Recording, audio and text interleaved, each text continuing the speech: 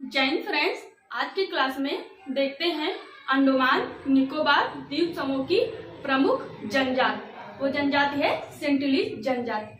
अंडमान निकोबार द्वीप समूह भारत सरकार का एक केंद्र शासित प्रदेश है। ये प्रदेश बंगाल की खाड़ी में पड़ता है। आइए देखते हैं प्रमुख जनजाति जो है वो है सेंटिलीज। सेंटिलीज जनजाति अंडमान निकोबार द्वीप समूह के उत्तरी हिस्से में सेंटिलीज द्वीप में पाई जाती है, इसीलिए इसका नाम रखा गया है सेंटिलीज जनजाति। सेंटिलीज जनजाति की जो मेन विशेषता है जिसके लिए ये विख्यात है वो है कि ये लोग बहुत ही क्रूर और गुस्सैल और जानलेवा प्रवृत्ति के होते हैं। मतलब ये लोग कोई भी बाहर का समुदाय का लोग इनके समुदाय में दिखता है या मिल जाता है तो ये लोग सीधे उसको मार देते हैं।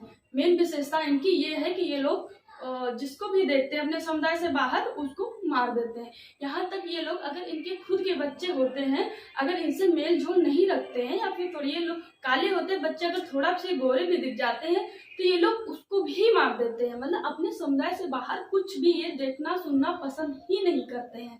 इनकी ये हुई विशेषता। इसके अलावा इनके खान पान में क्या शामिल है कि ये लोग मछली का शिकार करते हैं। शिकार करने का माध्यम क्या है, लोग इनका माध्यम है शिकार करने का धनुष बाण चलाने में और आग के गोले चलाने में ये लोग बहुत माहिर हैं।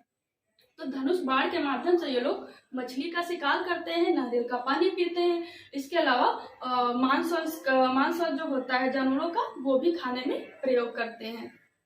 इसके अलावा जो सेंटिलीज लोग हैं कहा जाता है कि आज तक जो भी वहां पे गया है वो सही सलामत वापस नहीं आ पाया है। बस एक अपवाद पाया जाता है जिसको सेंटिलीज लोग देखे हैं और जिंदा वापस आने दिए हैं। इसके अलावा जो भी आज तक इस द्वीप पे गया है वो आज तक वापस नहीं पाया, इसीलिए इस द्वीप को मौत का द्वीप भी कहा जाता है। मतलब सेंटिलीज द्वीप मौत का द्वीप भी कहा जाता है। और सेंटिलीज द्वीप जो है ना ये प्रकृति की दृष्टि से बहुत ही सुंदर है, लेकिन यहाँ की जो जनजाति है वो किसी प्रकार का कोई भी हस्तक्षेप अपने समुदाय में पसंद नहीं करती हैं। अगर कोई भी आ जाता है तो बिल्कुल भी ये अपना सुनना देखना पसंद ही नहीं करती है कि हमारे समुदाय से बाहर कोई भी आए। तो देख लेते हैं आखिर यहाँ तक जो सेंटिलीज की जानकारी हुई कैसे हुई, यहाँ तक सेंटिलीज का जो ज्ञान आया हमारे पास सफर रहा तो क्या रहा।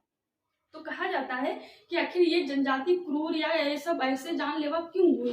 तो एक अनुमान लगाया जाता है, कहा जाता है जहां तक कि 1980 के लास्ट दशक में भारत सरकार की टीम गई थी धातु की खोज में, लोहा यानी धातु की खोज में इस आइलैंड पे गई थी।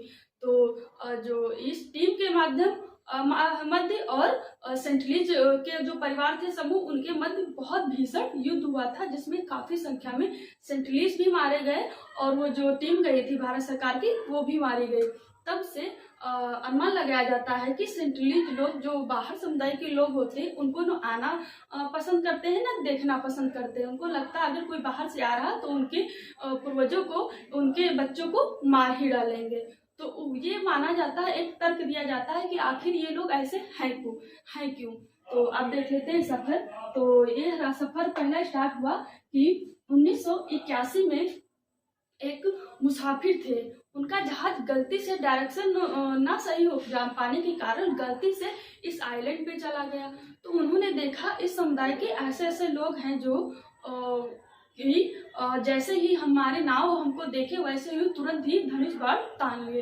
तो फिलहाल तो किसी तरीके से ये मुसाफिर अपनी जान बचा के और नाव लेके भागने में सफल रहे। तो आके बताएं कि उस द्वीप पे इस प्रकार की जाति पाई जाती है, तब जाके चीजें पता चली कि उस आइलैंड पे इतनी भयंकर ये जनजाति पाई जाती है।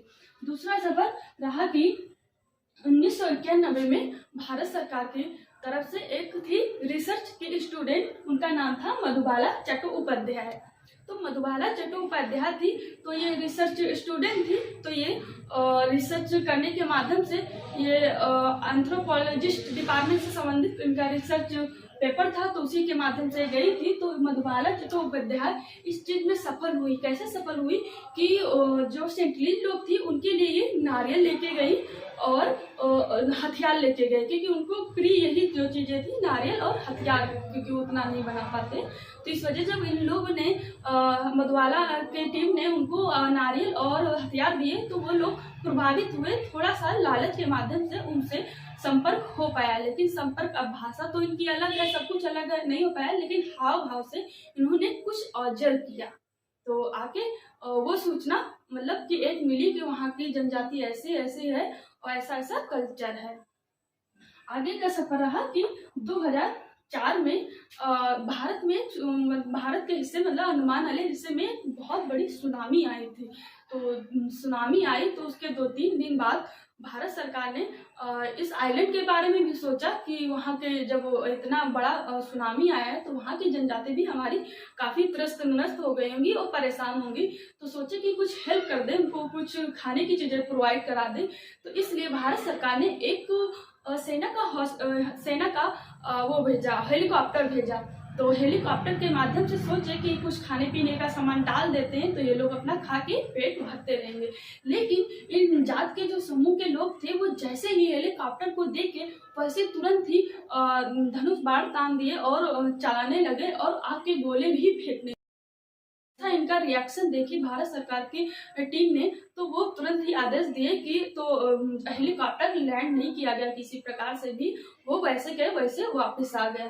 तो ये रहा सफर 2004 का। फिर रहा 2006 में गलती से मछुआरे भी चले गए थे यहाँ से। तो जो मछुआरे गए वो आज तक पता ही नहीं चला, ना तो उनका कोई आज तक एविडेंस मिला है वो कहाँ गए कैसे गए। लेकिन वो मछुआरे थे तो रिकॉर्ड में थे, तो पता चला कि उनका नाम गलती से इस आइलैंड की तरफ चला गया था, तो उनको भी सेंटली लोग मार दिए।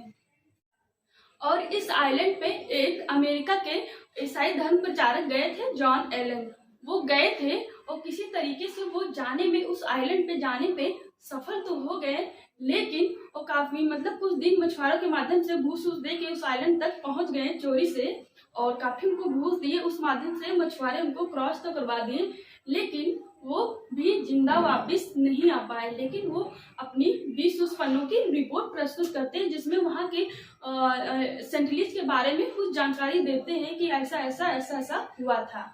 और तो इस बारे में भी सेंटिनलीज के बारे में जॉन एलन अपने उद्देश्य से गए थे कि वहाँ पे जाएंगे, लोगों के साथ रहेंगे और अपने धर्म प्रचार का जो उद्देश्य है उसमें भी सफल हो जाएंगे। लेकिन सेंटिनलीज लोग उनको भी नहीं छोड़े, उनको भी मतलब मार दिए। आज तक उनका पता नहीं चल पाया है कि जॉन एलन कहाँ है, कैसे गए।